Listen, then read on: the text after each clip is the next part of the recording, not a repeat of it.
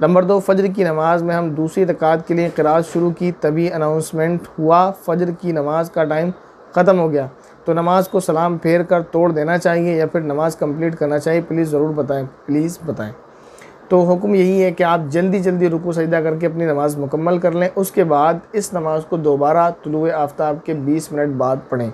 ये नमाज़ आपकी नहीं हुई है, आपको 20 मिनट के बाद दोबारा पढ़ना है। इसके बाद हमारे भाई हैं मोहम्मद याकूब साहब, जिन्होंने सवाल किया है, मुफ्ती साहब मेरे वालिद की विरासत में 70 लाख हैं, एक माँ है यानी इनकी माँ और वालिद साहब की वाइफ, और 3 बहनें 3 भाई हैं, इसमें विरासत कैसे तकसीम होगी? जवाब इनायत फरमाएँ, जज़ाकल्लाह। तो मैं आपको समझा रहा हूँ, अगर आपको यहाँ समझ आ गया तो काफ़ी है, वरना आप कमेंट कीजिएगा, एक अलग मुस्तकिल क्लिप आपको बनाकर पेश कर दी जाएगी। उसमें करना ये है कि जो आपकी कुल प्रॉपर्टी है आपके वालिद साहब की, उसको उसका 1/8 जो हिस्सा है वो यानी 8वां हिस्सा वो आपकी वालिदा को देना है। उसके बाद जो बचेगा, तो वो जो 8वां हिस्सा निकालने के बाद टोटल माल जो बचेगा वो आप 3 भाई और 3 बहनों में इस तरह तकसीम होगा कि टोटल माल के 9 हिस्से होंगे। तो 3 बहनें हैं और 3 भाई हैं, जब टोटल माल के 9 हिस्से होंगे तो एक इस बहन को, एक इस बहन को, एक इस बहन को मिल जाएगा। ये हिस्से निकल जाएंगे, बचेंगे 6 हिस्से, 2 एक भाई को, 2 एक भाई को, 2 एक भाई को, इस तरह हिस्से मिल जाएंगे उनके पास। जो है इस तरह माल की तकसीम होगी। याद रखें, वालिद साहब का जो टोटल माल है, अगर उसमें कर्ज़ है तो कर्ज़ भी अदा करना है, वसीयत है तो वो भी करना है। और जैसे उन्होंने लिखा है कि रिश्तेदारों में सिर्फ यही है, यानी वालिद साहब की बीवी यानी इनकी माँ और 3 भाई और 3 बहन, तो माँ को टोटल माल का जो है 8वां हिस्सा देना है वसीयत और कर्ज़ के अदा करने के बाद, और उसके माँ के हिस्से को निकालने के बाद जो हिस्सा बचेगा, जो माल बचेगा, उसके 9 हिस्से करना है। तीनों बहनों को एक एक हिस्सा देना है और तीनों भाइयों को 2-2 हिस्से देना है। इसके बाद हमारी बहन है ज़ीनत अली, सवाल किया उन्होंने, बेड पर नमाज़ पढ़ने का क्या हुक्म है? मोटी जानमाज़ पर नमाज़ पढ़ना कैसा है? दोनों सवाल का एक ही जवाब है। अगर आप जिस बेड के ऊपर नमाज़ पढ़ रहे हैं तो ज़ाहिर है उस पर या तो गद्दा होगा या नहीं होगा, नहीं होगा तो पिलाई होगी या स्टील वगैरह कुछ है, तब तो कोई मसला ही नहीं बनता, आप नमाज़ पढ़ सकते हैं। अगर उसके ऊपर पिलाई या स्टील है, गद्दा नहीं है। और अगर गद्दा है या मोटी जानमाज़ जैसे आपने लिखा है मोटी, तो इतनी मोटी अगर है कि सजदा करते में नाक और पेशानी टिकते नहीं बल्कि दबते चले जाते हैं, तो सजदा नहीं होगा, नमाज नहीं होगी। लेकिन अगर गद्दा ऐसा सख्त है या जानमाज़ है लेकिन वो इतनी मोटी नहीं है बल्कि हार्ड है वो, कि उसमें नाक और पेशानी आपके रुक जाते हैं, आप जब सजदा करते हैं तो वो रुक जाते हैं, सजदा करने पर ज़मीन की सी सख्ती महसूस होती है तो नमाज हो जाएगी। और वरना अगर उसमें दबते चले जाते हैं सजदा करते वक्त पेशानी और नाक, तो नमाज नहीं होगी। इनका दूसरा सवाल है, सलातुल हाजत की दुआ कौन सी है एंड कब पढ़ना चाहिए? प्लीज़ बताएं। ये जवाब कई जो है कमेंट बॉक्स में अलग अलग बहनों के सवाल और भाइयों के सवाल के जवाब में गुजर चुका, तो इस वक्त इस कमेंट बॉक्स में इसका जवाब नहीं दिया जाएगा, क्योंकि एक में दे दिया जाता है फिर दोबारा आता है और लोग इसको नहीं ढूंढ पाते हैं आसानी से।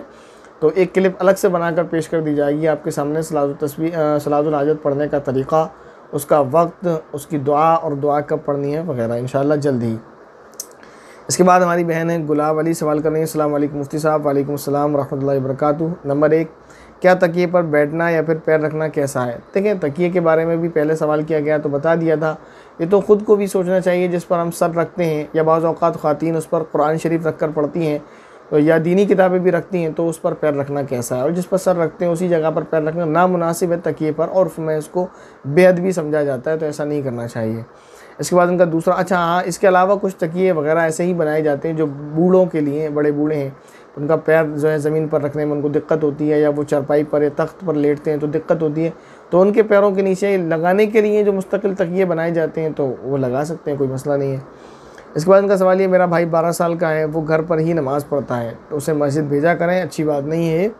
अगर उसे मस्जिद में नमाज़ पढ़ने बोलते हैं तो वो नहीं जाता, प्यार से समझाएं उसको, कुछ लालच दें तोहफ़ी वगैरह का, पैसों का, या उसको समझाएं कि अल्लाह का हुक्म है और नबी पाक सल्लल्लाहु अलैहि वसल्लम का हुक्म है, इस पर अल्लाह राज़ी होते हैं, नबी पाक सल्लल्लाहु अलैहि वसल्लम राज़ी होते हैं, तो उसकी शायद समझ आ जाए। कह रही हैं कि नमाज़ पढ़ने को बोलते हैं तो वो नहीं जाता, हम सब एक साथ पढ़ते हैं, यानी एक तरफ मैं लाइन से नमाज़ पढ़ते हैं, तो क्या ऐसे नमाज़ पढ़ सकते हैं खुद से? यानी एक तरफ ये खड़ी हो और एक तरफ इनका भाई हो, तो ज़ाहिर है आप मतलब कहने का ये है कि एक ही जगह में इनका भाई और बहन इस तरह आप नमाज़ पढ़ें तो पढ़ सकते हैं, कोई मसला नहीं है। इसके बाद इनका सवाल है नंबर 3, औरत को रुकू में कितना झुकना चाहिए मर्द से कम? यानी मर्द को झुकने का हुक्म तो ये है कि वो एल में हो, उसका सर और कमर बराबर हो, इस तरह बिल्कुल सीधी, और फिर कमर से लेकर पाँव का नीचे का हिस्सा वो बराबर हो, लेकिन औरत को इतना नहीं झुकना है, इससे कम झुकना है। अब मर्द जो झुकता है वो इस तरह झुकता है और औरत को इससे थोड़ा कम झुकना है, इस तरह, बस ये कि और झुका हुआ होना महसूस हो जाए, रुकू महसूस हो जाए।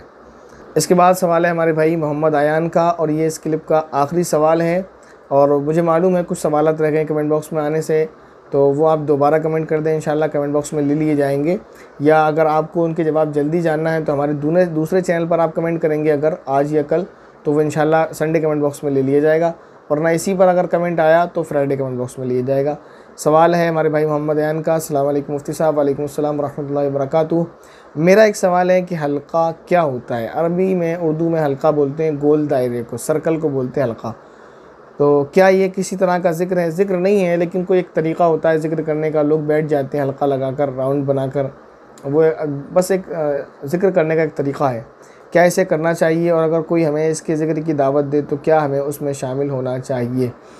तो देखें, इसके ताल्लुक़ से आपको ये जवाब देना चाहूँगा, अगर ये अमल कराने वाले उलमाए किराम हैं जो ये अमल को करवा रहे हैं, क्योंकि उसकी कुछ शर्तें हैं, कभी ये अमल नाजायज़ हो जाता है, कभी ये जायज़ होता है, तो कुछ कंडीशंस हैं जो उलमा ही आपको बता सकते हैं कि किस कंडीशन में जायज़ है, कब ये नाजायज़ है। अगर उलमा के जो है सरपरस्ती में या उलमा की मौजूदगी में इस तरह का ज़िक्र हो रहा है, इस तरह का हल्का लगा हुआ है, इसमें लोग ज़िक्र कर रहे हैं, तो आप और जो है शरीक हो सकते हैं। और अगर उलमा की मौजूदगी में ऐसा नहीं हो रहा है या उलमा की सरपरस्ती में ऐसा नहीं हो रहा है, तो फिर आप इसमें शरीक ना हो, बल्कि बेहतर है कहीं भी आप इनफरादी यानी अलग तनहा बैठकर दुरूद शरीफ पढ़ लें, ज़िक्र कर लें, नमाज़ पढ़ लें, कुरान शरीफ पढ़ लें वगैरह।